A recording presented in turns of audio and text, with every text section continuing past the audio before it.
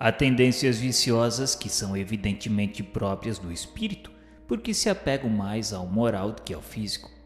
Outras parecem antes dependentes do organismo e, por esse motivo, menos responsáveis são julgados os que as possuem.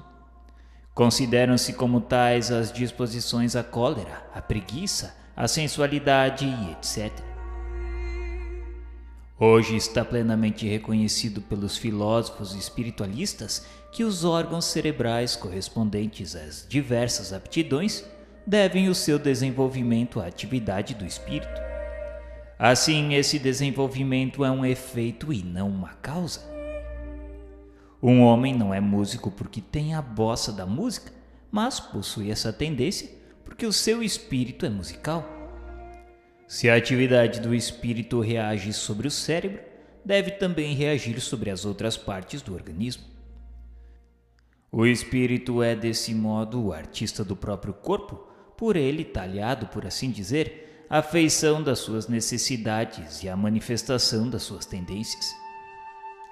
Desta forma, a perfeição corporal das raças adiantadas deixa de ser produto de criações distintas para ser o resultado do trabalho espiritual que aperfeiçoa o invólucro material à medida que as faculdades aumentam.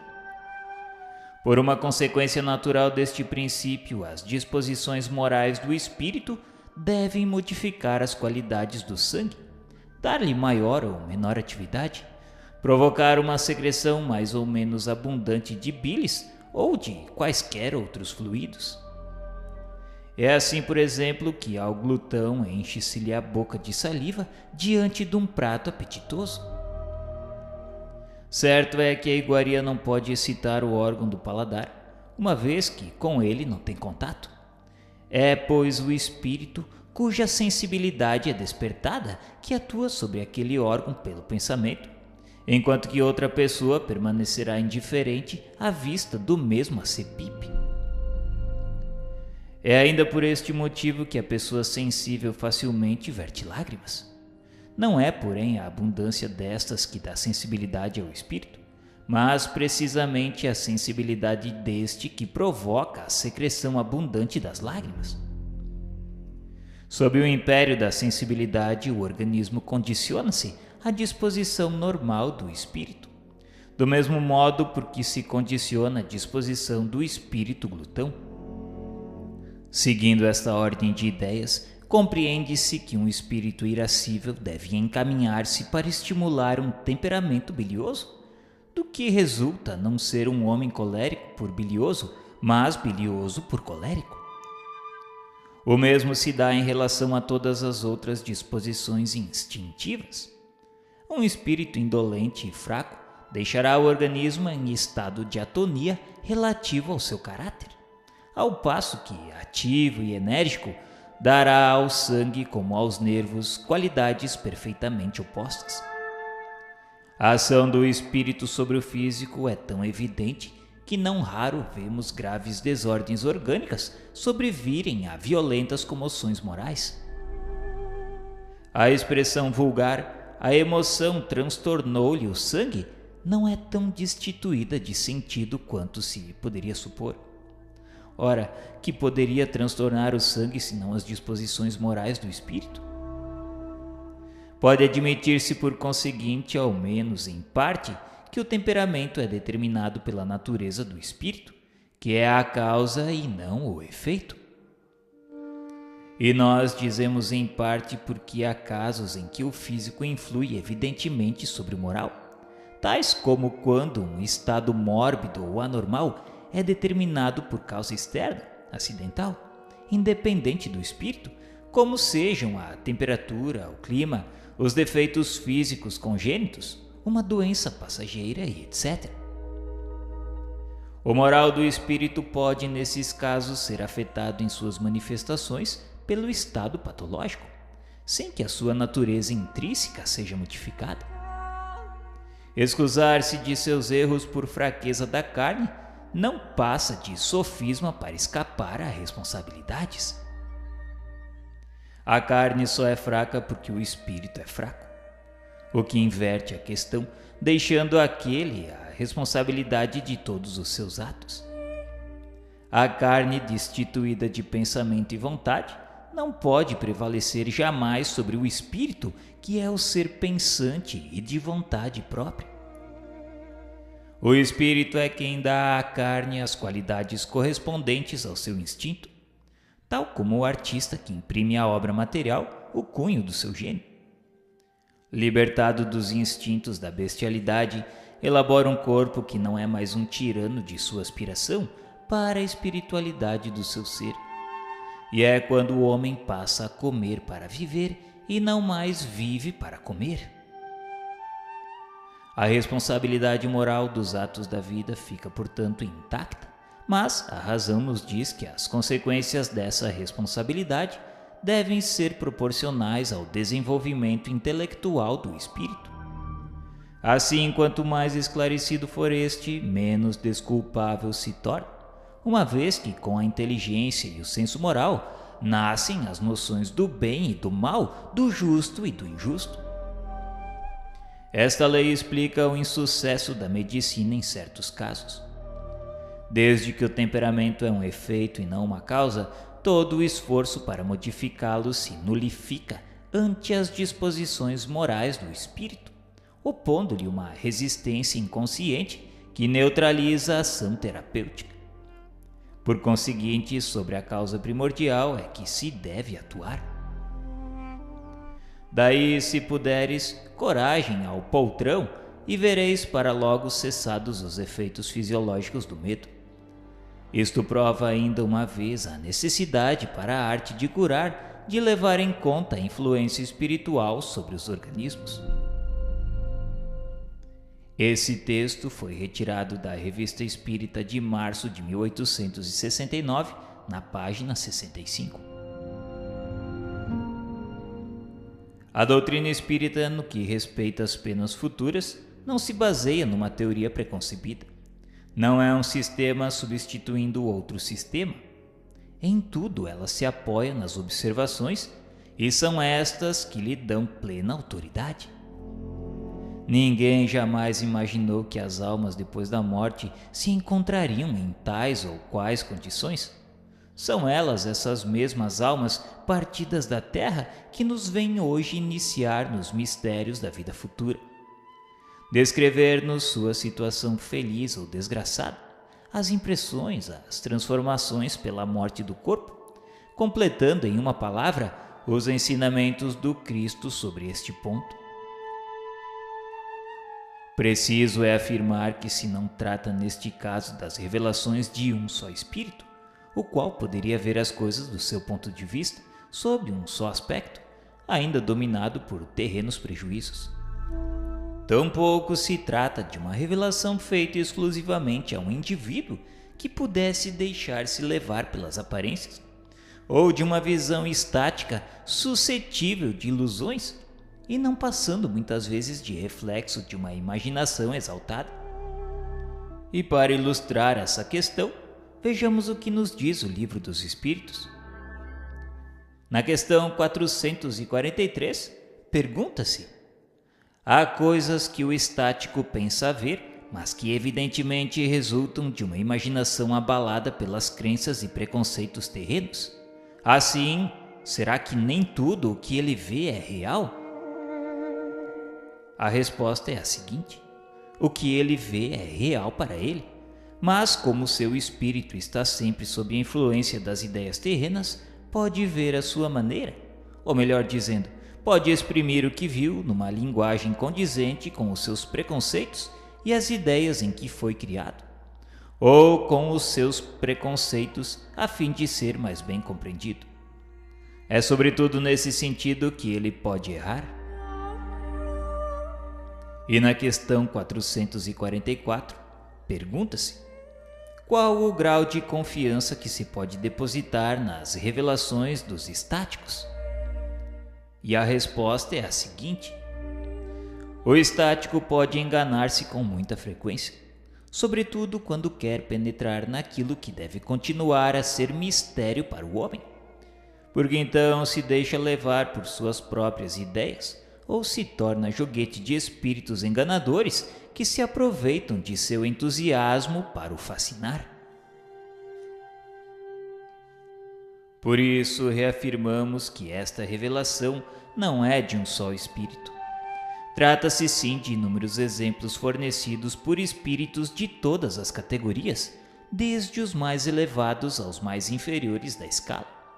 Por intermédio de outros tantos auxiliares, os médiuns, disseminados pelo mundo, de sorte que a revelação deixa de ser privilégio de alguém, pois todos podem prová-la, observando-a sem obrigar-se à crença pela crença de outrem.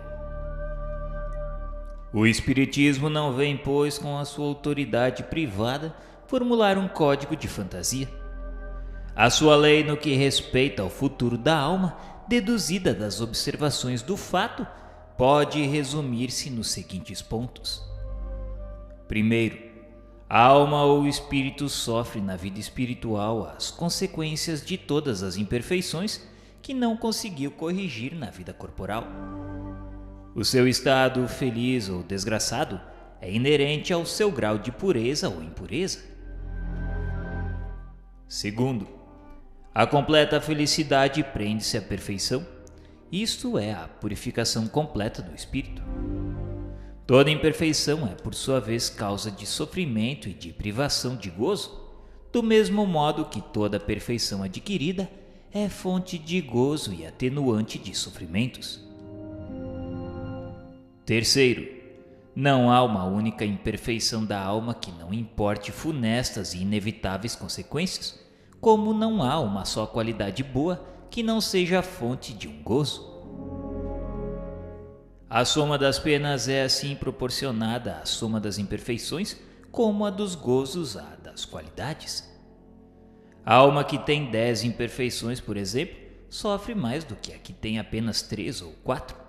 E quando dessas 10 imperfeições não lhe restar mais que metade ou um quarto, menos sofrerá.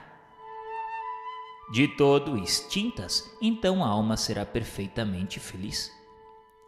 Também na terra, quem tem muitas moléstias sofre mais do que quem tem apenas uma ou nenhuma.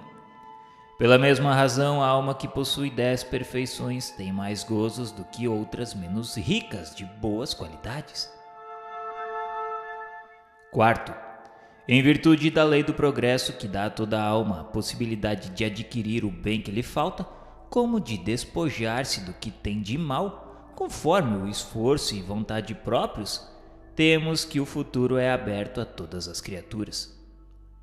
Deus não repudia nenhum de seus filhos, antes recebe-os em seu seio à medida que atingem a perfeição, deixando a cada qual o mérito das suas próprias obras.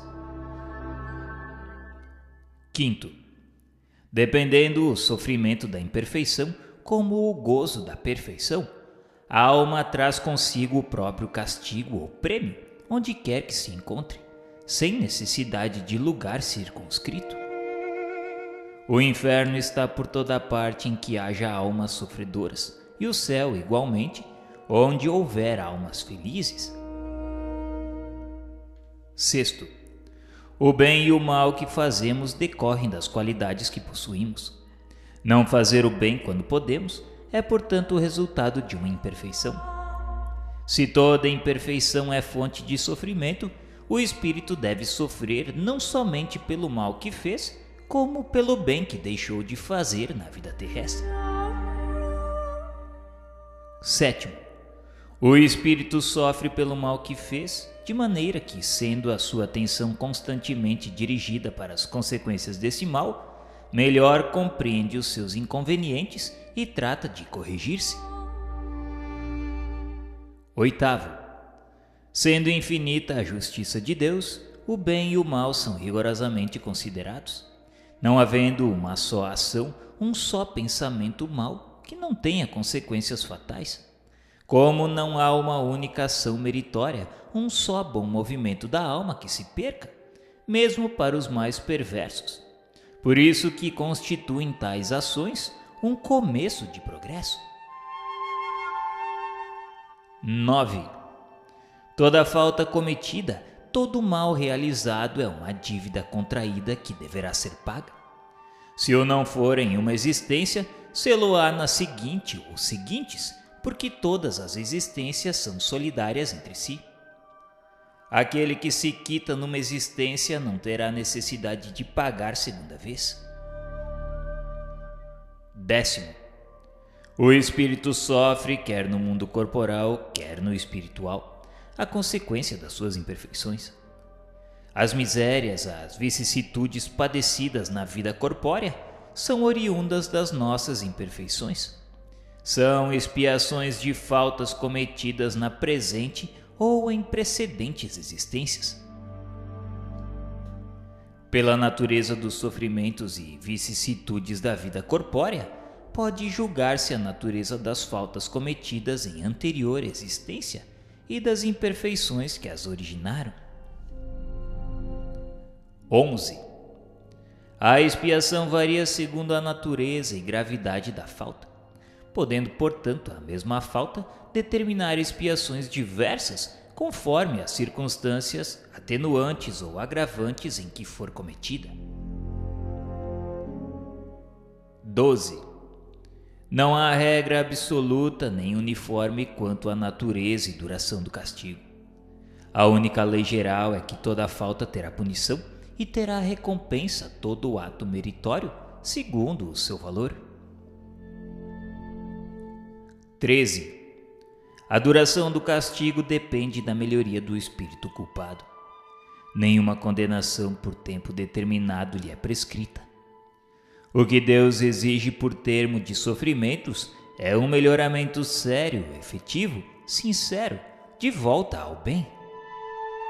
Desse modo, o espírito é sempre o árbitro da própria sorte, podendo prolongar os sofrimentos pela pertinácia no mal ou suavizá-los e anulá-los pela prática do bem.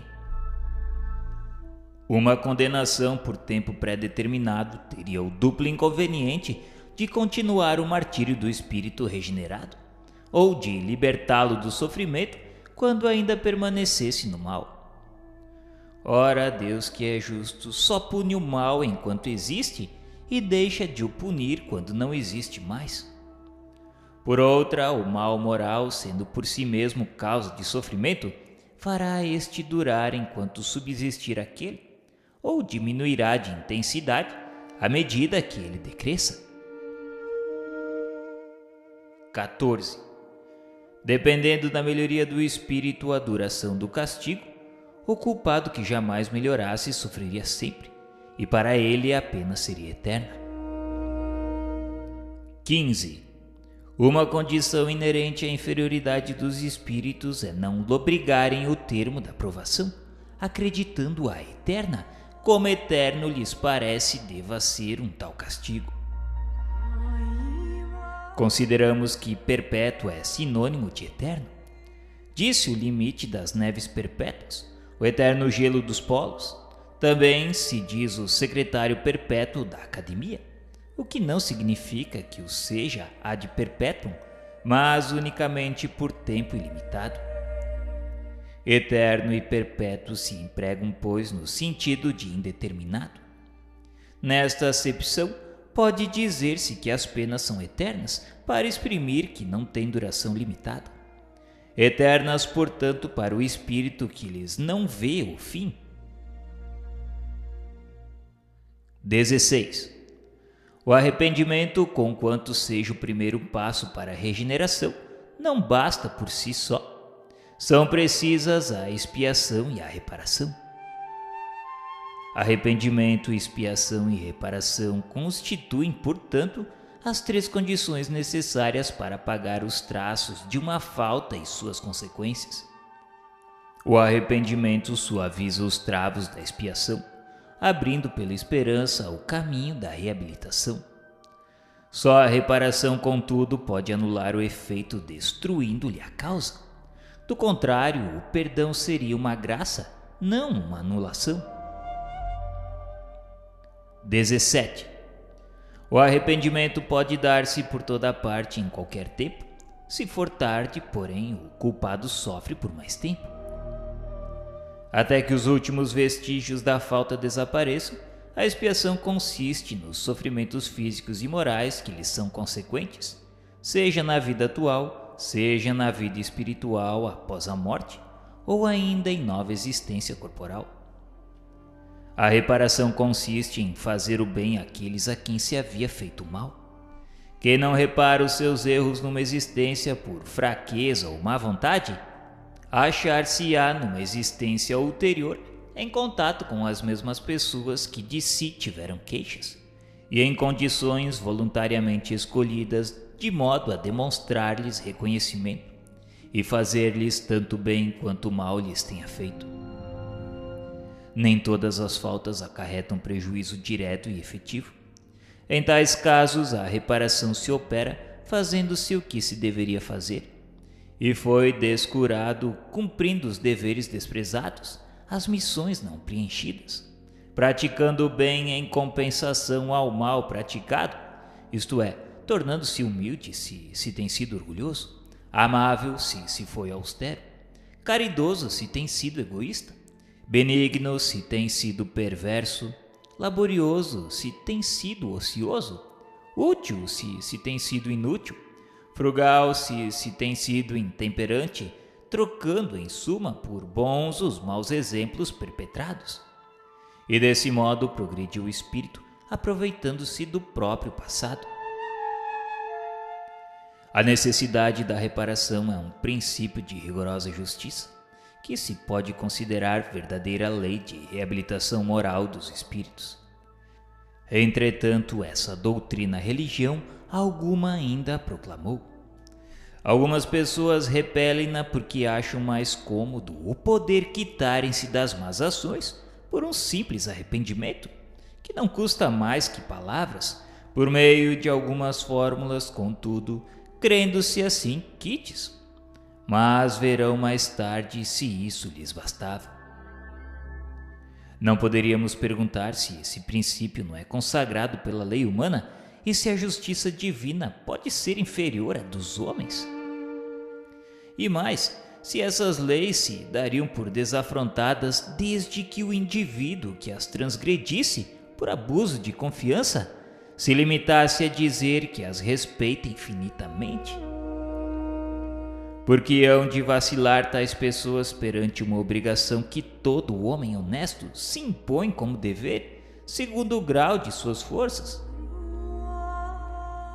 Quando esta perspectiva de reparação for inculcada na crença das massas, será um outro freio aos seus desmandos, e bem mais poderoso que o inferno e respectivas penas eternas, visto como interessa a vida em sua plena atualidade, podendo o homem compreender a procedência das circunstâncias que as tornam penosa ou a sua verdadeira situação. 18. Os espíritos imperfeitos são excluídos dos mundos felizes, cuja harmonia perturbariam.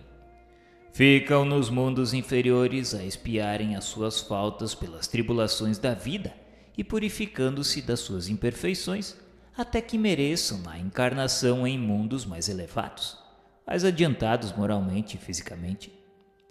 Se se pode conceber um lugar circunscrito de castigo, tal lugar é sem dúvida nesses mundos de expiação, em torno dos quais pululam espíritos imperfeitos, desencarnados à espera de novas existências que lhes permitam reparar o mal, auxiliando-os no progresso. 19. Como o espírito tem sempre o livre-arbítrio, o progresso por vezes se lhe torna lento, e tenaz a sua obstinação no mal.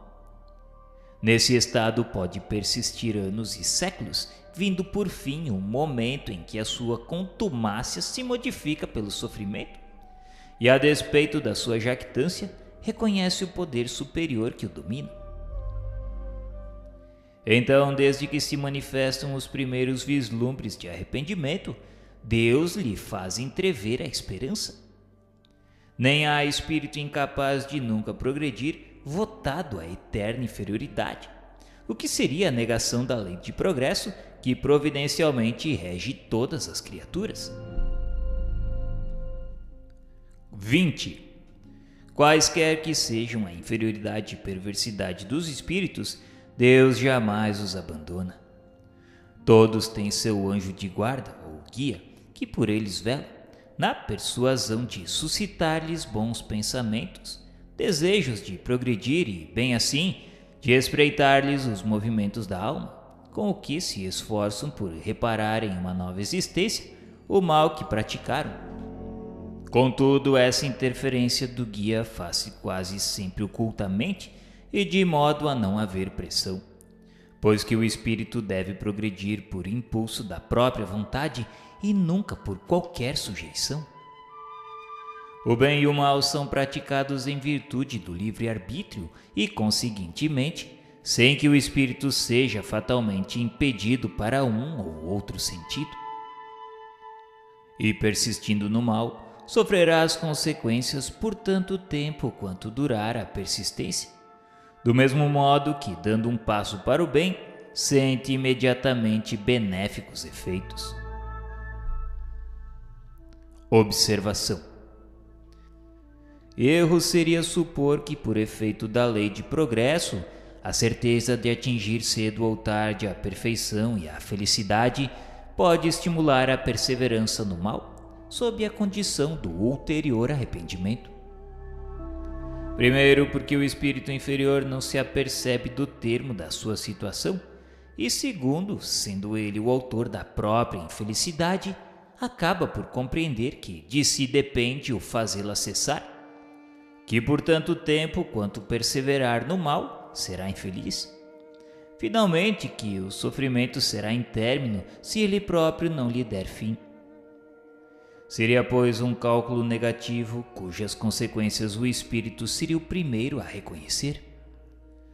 Com o dogma das penas irremissíveis é que se verifica precisamente tal hipótese, visto como é para sempre interdita qualquer ideia de esperança, não tendo, pois, o homem interesse em converter-se ao bem, para ele sem proveito. Diante dessa lei cai também a objeção extraída da presciência divina, pois Deus, criando uma alma, sabe efetivamente se, em virtude do seu livre-arbítrio, ela tomará a boa ou a má estrada. Sabe que ela será punida se fizer o mal, mas sabe também que tal castigo temporário é um meio de fazê-la compreender o erro, cedo ou tarde entrando no bom caminho. Pela doutrina das penas eternas, conclui-se que Deus sabe que essa alma falirá e, portanto, que está previamente condenada a torturas infinitas. 21. A responsabilidade das faltas é toda pessoal. Ninguém sofre por erros alheios, salvo se a eles deu origem, quer provocando-os pelo exemplo, quer não os impedindo quando poderia fazê-lo. Assim, o suicida é sempre punido, mas aquele que por maldade impele outro a cometê-lo, esse sofre ainda maior pena. 22. Conquanto infinita a diversidade de punições, algumas há inerentes à inferioridade dos espíritos, e cujas consequências, salvo pormenores, são pouco mais ou menos idênticas. A punição mais imediata, sobretudo entre os que se acham ligados à vida material em detrimento do progresso espiritual, faz-se sentir pela lentidão do desprendimento da alma, nas angústias que acompanham a morte e o despertar na outra vida, na consequente perturbação que pode dilatar-se por meses e anos. Naqueles que, ao contrário, têm pura consciência e na vida material já se acham identificados com a vida espiritual, o trespasse é rápido, sem abalos, quase nula a turbulação de um pacífico despertar. 23. Um fenômeno muito frequente entre os espíritos de certa inferioridade moral é o acreditarem-se ainda vivos, podendo esta ilusão prolongar-se por muitos anos, durante os quais eles experimentarão todas as necessidades, todos os tormentos e perplexidades da vida. 24. Para o criminoso, a presença incessante das vítimas e das circunstâncias do crime é um suplício cruel. 25. Espíritos há mergulhados em densa treva, outros se encontram em absoluto insulamento no espaço, atormentados pela ignorância da própria posição, como da sorte que os aguarda. Os mais culpados padecem torturas muito mais pungentes por não lhes entreverem um termo. Alguns são privados de ver os seres queridos e todos, geralmente, passam com intensidade relativa pelos males, pelas dores e privações que a outrem ocasionaram.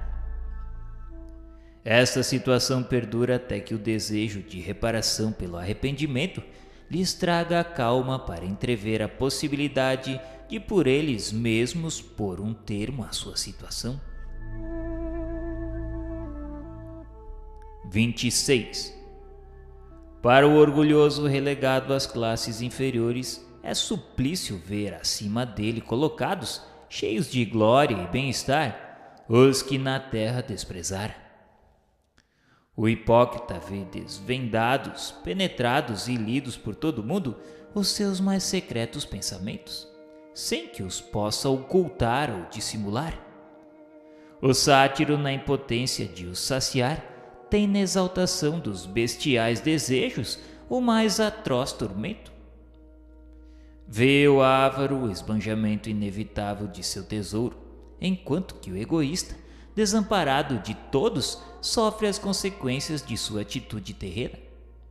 Nem a sede nem a fome lhes serão mitigadas, nem amigas mãos se lhes estenderão as mãos mais súplices, e pois que em vida só de si cuidara, ninguém dele se compadecerá na morte. 27. O único meio de evitar ou atenuar as consequências futuras de uma falta está no repará-la, desfazendo-a no presente. Quanto mais nos demoramos na reparação de uma falta, tanto mais penosas e rigorosas serão no futuro as suas consequências. 28. A situação do espírito no mundo espiritual não é outra senão a por si mesmo preparada na vida corpórea. Mais tarde, outra encarnação se lhe faculta para novas provas de expiação e reparação, com maior ou menor proveito, dependentes do seu livre-arbítrio. E se ele não se corrige, terá sempre uma missão a recomeçar, sempre mais acerba, de sorte que pode dizer-se que aquele que muito sofre na terra, muito tinha a expiar. E os que gozam uma felicidade aparente, em que pesem aos seus vícios e inutilidades, pagá-la-ão muito caro em ulterior existência. Nesse sentido foi que Jesus disse: bem-aventurados os aflitos, porque serão consolados. E para maiores esclarecimentos, indicamos a leitura de O Evangelho segundo o Espiritismo, no capítulo 5. 29. Certo, a misericórdia de Deus é infinita, mas não é cega. O culpado que ela atinge não fica exonerado, e enquanto não houver satisfeito a justiça, sofre a consequência dos seus erros. Por infinita misericórdia devemos ter que Deus não é inexorável, deixando sempre viável o caminho da redenção. 30. Subordinadas ao arrependimento e reparação dependentes da vontade humana, as penas por temporárias constituem concomitantemente castigos e remédios auxiliares à cura do mal. Os espíritos em prova não são, pois, quais galés por certo tempo condenados, mas como doentes de hospital sofrendo de moléstias resultantes da própria incúria, a compadecerem-se com meios curativos mais ou menos dolorosos que a moléstia reclama, esperando alta, tanto mais pronta quanto mais estritamente observadas, as prescrições do solícito médico assistente. Se os doentes, pelo próprio descuido de si mesmo, prolongam a enfermidade, o médico nada tem que ver com isso. 31. As penas que o espírito experimenta na vida espiritual ajuntam-se às da vida corpórea, que são consequentes às imperfeições do homem, as suas paixões, ao mau uso das suas faculdades e à expiação de presentes e passadas faltas. É na vida corpórea que o espírito repara o mal de anteriores existências, pondo em prática resoluções tomadas na vida espiritual. Assim se explicam as misérias e vicissitudes mundanas, que à primeira vista parecem não ter razão de ser. Justas são elas, no entanto, como espólio do passado, herança que serve à nossa romagem para a perfectibilidade. 32. Pergunta-se se Deus não daria prova maior de amor às suas criaturas, criando-as infalíveis e, por conseguinte, isenta dos vícios inerentes à perfeição? Para tanto fora preciso que ele criasse seres perfeitos, nada mais tendo a adquirir, quer em conhecimentos, quer em moralidade. Certo, porém, Deus poderia fazê-lo, e se o não fez, é que em sua sabedoria quis que o progresso constituísse lei geral. Os homens são imperfeitos e, como tais, sujeitos às vicissitudes mais ou menos penosas. E pois que o fato existe, devemos aceitá-lo. Inferir dele que Deus não é bom nem justo fora insensata revolta contra a lei.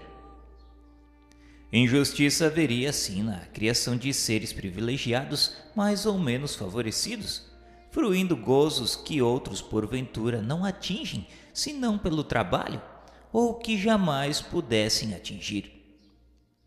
Ao contrário, a justiça divina patenteia-se na igualdade absoluta que preside a criação dos espíritos. Todos têm o mesmo ponto de partida, e nenhum se distingue em sua formação por melhor aquinhoado, nenhum cuja marcha progressiva se facilite por exceção. Os que chegam ao fim têm passado, como quaisquer outros, pelas fases de inferioridade e respectivas provas. Isto posto, nada mais justo que a liberdade de ação a cada qual concedida. O caminho da felicidade a todos se abre amplo, como a todos as mesmas condições para atingi-la. A lei gravada em todas as consciências, a todos é ensinada. Deus fez a felicidade o prêmio do trabalho, e não do favoritismo, para que cada qual tivesse o seu mérito. Todos somos livres no trabalho do próprio progresso, e o que muito e depressa trabalha, mais cedo recebe a recompensa. O romeiro que se desgarra ou em caminho perde tempo, retarda a marcha e não pode queixar-se senão de si mesmo. O bem como o mal são voluntários e facultativos. Livre é o homem, que não é fatalmente impelido nem para um e nem para outro. 33. Em que pese a diversidade de gêneros e graus de sofrimento dos espíritos imperfeitos, o Código Penal da vida futura pode resumir-se nestes 3 princípios. Primeiro, o sofrimento é inerente à imperfeição. Segundo, toda imperfeição, assim como toda falta dela promanada, traz consigo o próprio castigo nas consequências naturais e inevitáveis. Assim, a moléstia pune os excessos e da ociosidade nasce o tédio, sem que haja mister de uma condenação especial para cada falta ou indivíduo. Terceiro, podendo todo homem libertar-se das imperfeições por efeito da vontade, pode igualmente anular os males consecutivos e assegurar a futura felicidade. A cada um segundo as suas obras, no céu como na terra, tal é a lei da justiça divina.